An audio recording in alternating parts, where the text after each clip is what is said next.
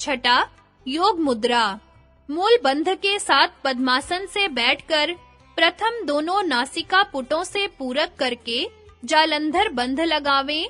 तत्पश्चात दोनों हाथों को पीठ के पीछे ले जाकर बाएं हाथ से दाएं हाथ की और दाएं हाथ से बाएं हाथ की कलाई को पकड़ें।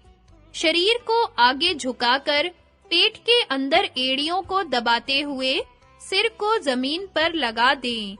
इस प्रकार यथाशक्ति कुंभक करने के पश्चात सिर को जमीन से उठाकर जालंधर बंध खोलकर दोनों नासिकाओं से रेचन करें। फल पेट के रोगों को दूर करने और कुंडलिनी शक्ति को जागृत करने में सहायक होती है। सातवीं, शांभवी मुद्रा। मूल और उड्डयन बंध के साथ सिद्ध अथवा पद्मासन से बैठकर नासिका के अग्र भाग अथवा भ्रू मध्य में दृष्टि को स्थिर करके ध्यान जमाना शांभवी मुद्रा कहलाती है। आठवां, तड़ागी मुद्रा। तड़ाग के सदृश कोष्ठ को वायु से भरने को तड़ागी मुद्रा कहते हैं। शवासन से चित्त लेटकर जिस नासिका का स्वर चल रहा हो उससे पूरक करके तालाब के समान पेट को फैलाकर वायु से भर लें। तत्पश्चात कुंभक करते हुए वायु को पेट में इस प्रकार हिलावें जिस प्रकार तालाब का जल हिलता है। कुंभक के पश्चात सावधानी से वायु को शनै-शनै रेचन कर दें। इससे पेट के सर्व रोग समूल नाश होते हैं। नौवां, विपरीत करणी मुद्रा। शीर्षासन बराबर कपालासन। पहले जमीन पर मुलायम गोल लपेटा हुआ वस्त्र रखकर उस पर अपने मस्तक को रखें। फिर दोनों हाथों के तलों को मस्तक के पीछे लगाकर शरीर को उल्टा ऊपर उठाकर सीधा खड़ा कर दें। थोड़े ही प्रयत्न से मूल और उड्डयन स्वयं लग जाता है। यह मुद्रा पद्मासन के साथ भी की जा सकती है। इसको उधर्व पद्मासन कहते हैं। आरंभ में इसको दीवार के सहारे करने में आसानी होगी। फल वीर्य रक्षा, मस्तिष्क, नेत्र, हृदय तथा जठर अग्नि का बलवान होना, प्राण की गति स्थिर और शांत होना, कब्ज, जुकाम, सिर दर्द आदि का दूर होना, रक्त का शुद्ध होना और कफ के विकार का दूर होना। 10वां, वज्रोली मुद्रा। मूत्र त्याग के समय कई बार मूत्र को बलपूर्वक ऊपर की ओर आकर्षित करें। ऐसा करते समय इस बात को ध्यान से देखें कि मूत्र धारा कितने नीचे से आकर्षित होकर लौटती है और पुनः उतरते समय कितना समय लगता है। निरंतर अभ्यास से जब मूत्रधार 10-12 अंगुल नीचे से आकर्षित होकर खींची जा सके और उतारने में कुछ शक्ति लगाना पड़े, तो समझना चाहिए कि वज्रोली क्रिया सिद्ध हो गई है। तत्पश्चात क्रमशः जल, दूध, तेल अथवा घी, शहद और अंत में पारा खींचने का अभ्यास करें। 11वां, उन्मुनी मुद्रा। किसी सुख आसन से बैठकर आधी खुली हुई और आधी बंद आंखों से नासिका के अग्र भाग पर टकटकी लगाकर देखते रहना, यह उन्मुनी मुद्रा कहलाती है। इससे मन एकाग्र होता है। चित्त लेटकर करने के आसन। पहला, पादंगुष्ठ नासाग्र स्पर्शासन। पृथ्वी पर समसूत्र में पीठ के बल सीधा लेट जाएं। दृष्टि को नासाग्र में जमाकर दाएं पैर के अंगूठे को पकड़कर नासिका के अग्र भाग को स्पर्श करें। इसी प्रकार पुनः करें। मस्तक, बायां पैर और नितंब पृथ्वी पर जमे रहें।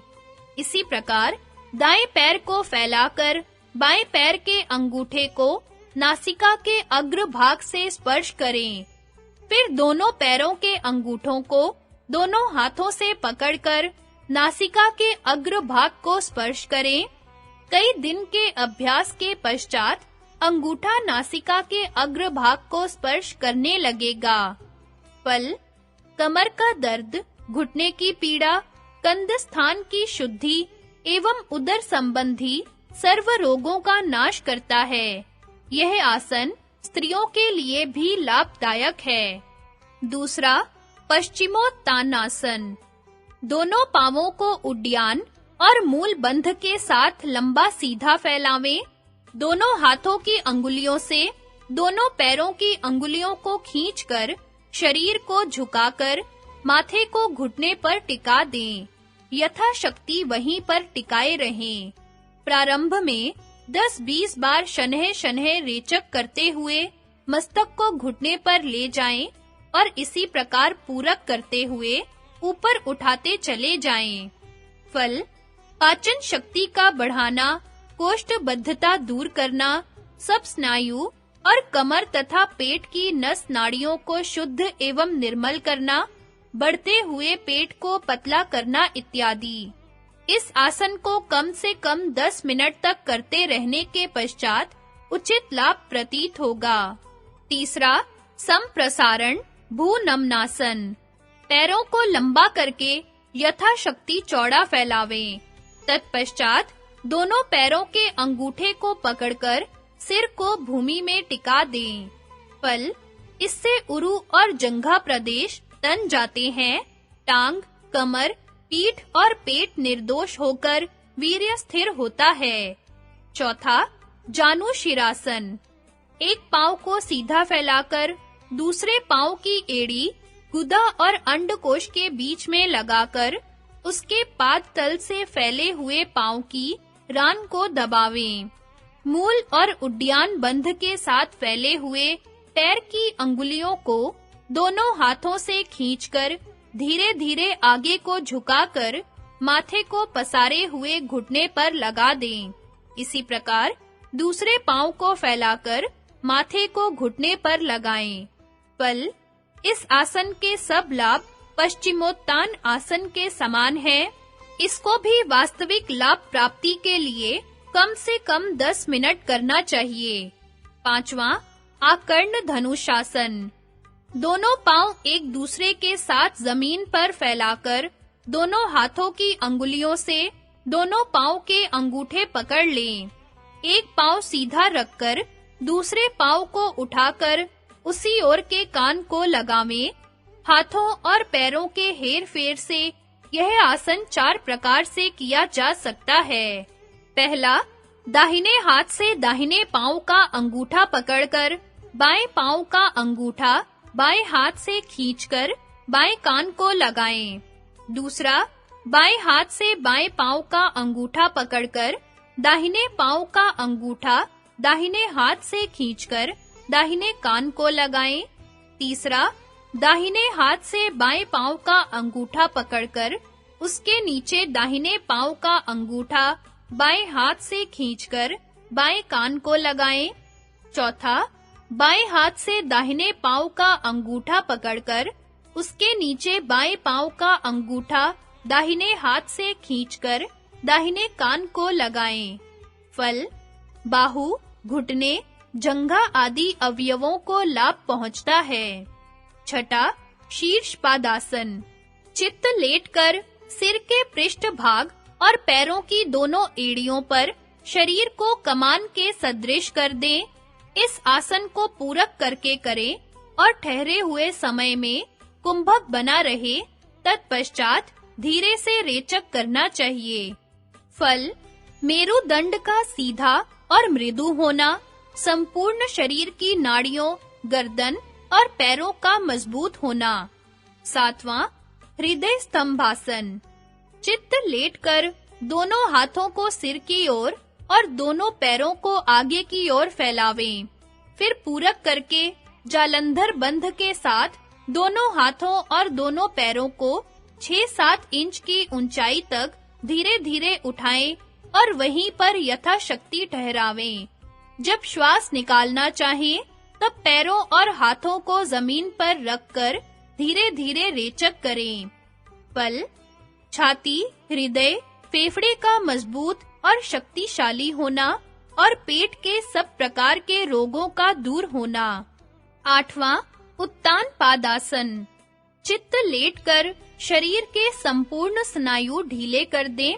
पूरक करके धीरे-धीरे दोनों पैरों को ऊपर उठाएं। जितनी देर आराम से रख सकें, रखकर पुनः धीरे-धीरे भूमि पर ले जाएं और श्वास को धीरे-धीरे रेचक कर दें।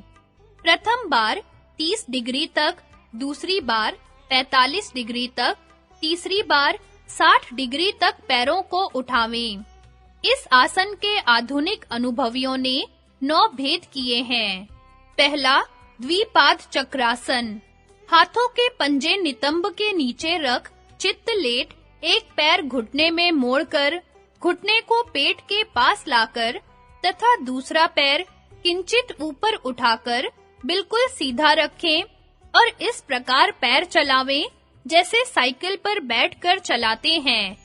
इससे नितंब, कमर, पेट और टांगे निर्दोष होकर वीर्य शुद्ध, पुष्ट और स्थिर रहता है। दूसरा, उत्थित द्विपादासन। चित्त लेटकर दोनों पैर 45 डिग्री तक ऊपर उठाकर जमीन से बिना लगाए धीरे-धीरे ऊपर नीचे करें। इससे पेट के स्नायु मजबूत होते हैं और मल त्याग क्रिया ठीक होती है। तीसरा, उत्थित एक-एक पादासन। चित्त लेटकर दोनों पैर अधर में रखकर जमीन से बिना लगाए हुए ऊपर नीचे करें।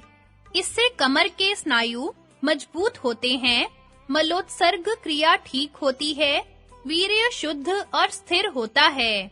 उत्थित हस्त मेरुदंडासन।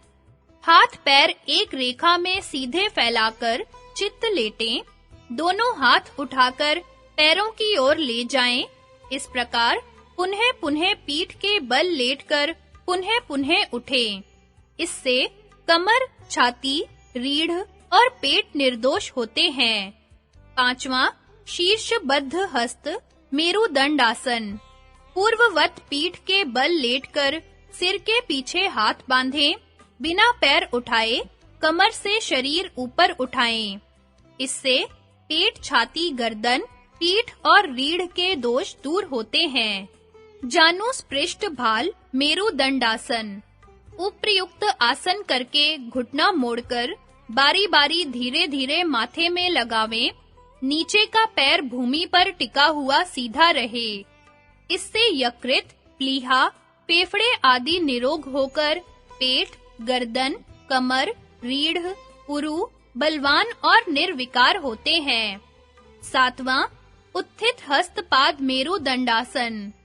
पूर्ववत पीठ के बल लेटकर हाथ पैर दोनों एक साथ ऊपर उठाएं और पुनः पूर्ववत एक रेखा में ले जाएं। 4-5 बार ऐसा करें। इससे पेट, छाती, कमर और उरु निर्दोष होते हैं।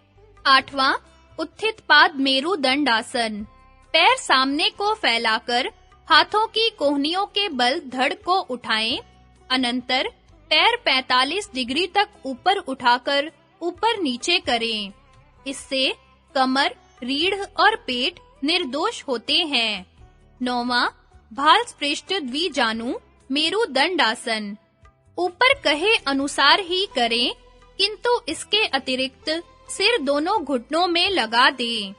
इससे पीठ, छाती, रीढ़, गर्दन और कमर के सब विकार दूर होते हैं।